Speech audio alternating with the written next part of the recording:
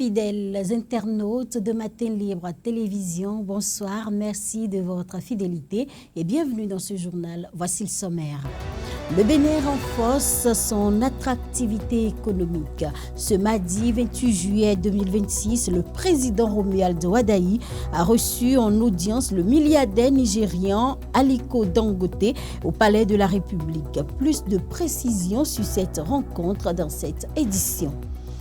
L'heure est à l'évaluation au ministère de la Famille et de l'Action sociale. Les responsables dressent le bilan des réalisations et affinent la feuille de route pour la fin de l'année. Le compte rendu dans ce 20h.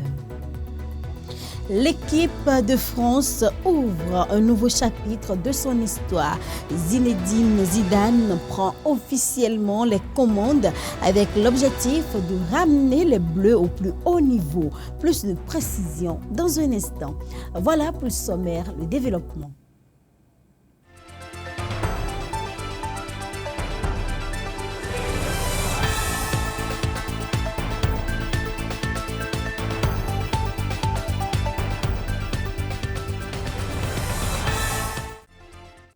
Le président Romuald Wadayi a reçu en audience l'homme d'affaires nigérien Aliko Dangote. C'était ce mardi au Palais de la République. Les détails avec Romuald Roui. Quelques jours seulement après avoir reçu le 24 juillet 2026 une importante délégation nigériane conduite par le vice-président Kashim Shettima, qui était donc accompagné d'une forte délégation, les objectifs étaient bien clairs. We are here in Benin Republic. Nous sommes au Bénin pour découvrir un modèle africain de réussite, la zone industrielle de Glodjigbe, la GDIZ. Au Nigeria, nous mettons également en place 8 zones spéciales de transformation agro-industrielle. Nous sommes convaincus que l'expérience béninoise a beaucoup à nous apprendre. Au-delà de notre proximité géographique, le Nigeria et le Bénin partagent une histoire commune. Le président Romuald Wadayi a donc échangé ce mardi 28 juillet 2026 avec le Maya de l'industrie Aliko Dangote.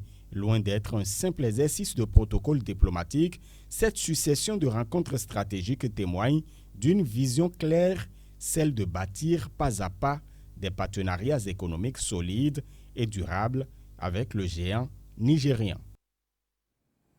Au ministère de la Famille et de l'Action sociale, l'heure est au bilan, à mi-parcours et à la projection. Les responsables des différentes structures de ce département ministériel se sont réunis autour de la ministre Véronique Tonifodé pour faire le point sur le niveau d'exécution du plan de travail annuel. Reportage Samiratou Kassoumou et Toussaint Bossa. Effectivement, la revue du plan de travail annuel au 30 juin 2026 est au cœur de cette séance de travail qui a réuni autour du ministre Véronique Tonifodé les différents responsables du ministère de la Famille et de l'Action sociale. Elle a permis d'évaluer les actions menées, d'identifier les difficultés rencontrées et de dégager de nouvelles perspectives. À cet effet, la ministre précise les objectifs de cette rencontre.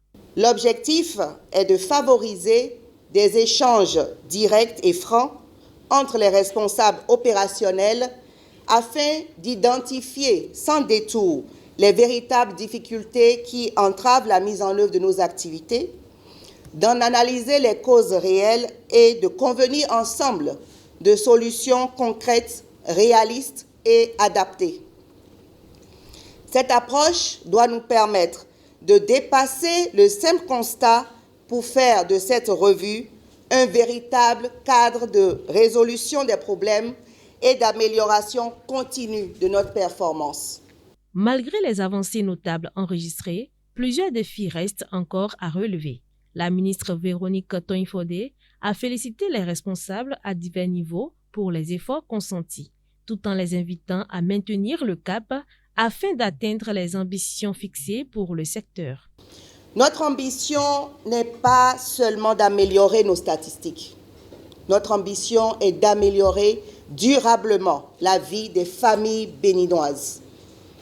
Chaque activité réalisée représente un enfant mieux protégé. Chaque crédit exécuté efficacement représente une famille accompagnée. Chaque indicateur atteint traduit une avancée vers une société plus inclusive, plus équitable et plus résiliente. Au thème de la rencontre, les échanges et débats ont permis de formuler plusieurs recommandations en vue d'améliorer la mise en œuvre des actions prioritaires du ministère. Une dynamique appelée à se poursuivre pour renforcer l'impact des politiques sociales au profit des populations. La CEDEAO maintient son objectif de mettre en circulation l'éco en 2027. Entre ambition économique, défis de convergence et attentes de la population, où en est réellement ce projet de monnaie commune? Élément de réponse dans cet élément. Annoncé depuis plusieurs années, le projet de monnaie unique de la CEDEAO entre dans une nouvelle phase. Les dirigeants ouest-africains réaffirment leur volonté de lancer l'éco en 2027. Mais avant cette échéance, plusieurs conditions doivent être réunies afin de garantir une transition réussie. Je vois 4 étapes indispensables. La première étape tient de la politique. Aller à une monnaie commune, c'est trouver un mécanisme où les plus forts donnent la main, entraînent les plus faibles. La deuxième étape, c'est l'étape institutionnelle. Lorsque nous parlons de monnaie unique, on ne peut plus parler de BCEAO, puisque le franc CFA est out. Donc il faut forcément une banque centrale de la CEDEAO. Cette banque aura son siège où? Qui en sera le gouverneur? Troisième étape, c'est de l'ordre économique. La monnaie, c'est un instrument d'échange. C'est pour les individus, vous et moi. Pour le moment, c'est les politiques qui parlent. Je n'ai pas encore entendu les présidents de chambres de commerce s'exprimer, par exemple. Je n'ai pas entendu les parlementaires s'exprimer. Nous avions des députés. Il y a un parlement de la CEDEAO, chaque État envoie des députés. Qu'est-ce qu'ils pensent, qu'est-ce qu'ils disent de ça? La société civile. Au-delà de l'aspect monétaire, l'éco est présenté comme un levier de transformation économique. En supprimant les coûts liés au change et en facilitant les échanges, cette monnaie pourrait renforcer l'intégration régionale et rendre l'espace CEDEAO plus attractif pour les investisseurs. Il faut le reconnaître, si on arrivait vraiment à mettre en place une monnaie commune, le bénéfice économique est énorme. En matière de commerce, la monnaie économique réduit le coût des transactions commerciales. Vous voulez commercer avec le Nigeria ou le Ghana, vous n'avez plus besoin de changer le CFA en Naira ou en Cedi. Et le cambiste, il gagne, il fait son profit dessus. C'est plus facile. L'histoire a montré que les zones où il y a monnaie commune, ces zones-là sont plus intégrées et ces zones-là augmentent leur commerce intra-régional, donc à l'intérieur de la région entre pays. Cependant, le projet reste confronté à d'importants défis. Les États membres doivent encore améliorer leurs performances économiques, respecter les critères de convergence et harmoniser leurs politiques budgétaires et monétaires. Des exigences indispensables pour assurer la stabilité de la future monnaie. Je vois plusieurs défis. Le premier défi, c'est le défi de l'entente. Si on ne s'entend pas, on ne peut pas relever ce défi-là. Or, sur bon nombre de points, on ne s'entend pas. Le deuxième défi, c'est le défi de la solidarité. Lorsqu'on crée une monnaie commune, les plus forts sont obligés de soutenir les plus faibles. Or, cette solidarité, on ne la voit pas encore au sein de notre espace. Je vois également un défi spatio-temporel, qui relève du temps. 2027, c'est un grand challenge. Nous sommes en 2026. Est-ce qu'on ne va pas vers un autre report? Au-delà des réformes techniques, la réussite de l'éco dépendra également de la confiance des citoyens et des opérateurs économiques. Une communication claire sur les effets de cette réforme sera essentielle pour dissiper les inquiétudes liées au pouvoir d'achat, à la stabilité des prix et à la souveraineté monétaire. Les hépatites virales B et C sévissent 1,3 million de personnes chaque année dans le monde. Face à cette problématique, l'Organisation mondiale de la santé s'active pour de meilleures résolutions d'ici 2030. Suivez à travers cet élément l'essentiel à retenir des hépatites. Le 28 juillet marque la journée mondiale contre l'hépatite. Une initiative de l'Organisation mondiale de la santé, lancée en 2010 pour sensibiliser à une maladie qui évolue souvent sans symptômes. Mais en réalité, quelles sont les voies de contamination des hépatites? Dr Amos Bokodaho répond. La principale voie de contamination, ce n'est pas la voie orale, mais c'est la voie sanguine, la voie sexuelle, et aussi la transmission verticale. Une maman contaminée peut donner le virus à son enfant. À chaque problème, une solution. En effet, ces infections, quoiqu'elles soient dangereuses, peuvent être détectées tôt et traitées efficacement. La précaution à prendre, la première précaution, c'est de se faire dépister. Il vaut mieux savoir parce que lorsqu'on fait le test, soit qu'on est positif, soit on est négatif. Si on est positif, il y a des précautions à prendre pour éviter l'évolution vers le cancer ou la cirrhose du foie. Mais si on est négatif, c'est très heureux. On court faire son vaccin qui ne coûte pas les yeux de la tête. Et lorsqu'on fait le vaccin et qu'on respecte les différentes doses qu'il faut faire, on est définitivement à l'abri de ce mal. À moins qu'il y ait une situation d'immunodépression qui vous expose plus tard. Sinon, le vaccin vous met totalement à l'abri de ce mal.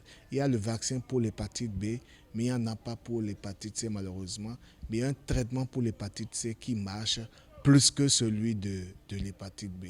Les hépatites C détectées tôt sont traitées avec pratiquement un taux de guérison de 100% lorsque c'est dépisté tôt. Les autres mesures qu'il faut prendre à part le vaccin, c'est éviter par exemple d'utiliser chez nos coiffeurs, nos coiffeuses, ceux qui font les soins des ongles et tout, avoir ces objets personnels. L'autre précaution à prendre pour prévenir ce mal, c'est se préserver.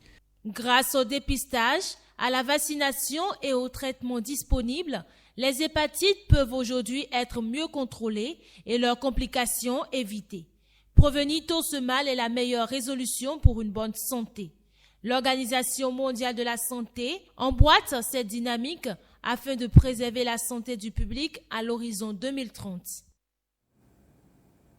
Sport, élection à la Fédération béninoise de football, la liste Ensemble structurant le présent pour construire l'avenir a officiellement renoncé et officiellement annoncé son retrait de la course au renouvellement du comité exécutif de la Fédération béninoise de football. Interrogé, le porte-étendard de la liste Ensemble structurant le présent pour construire l'avenir, Cosme Adandozan a évoqué des raisons personnelles pour justifier cette décision.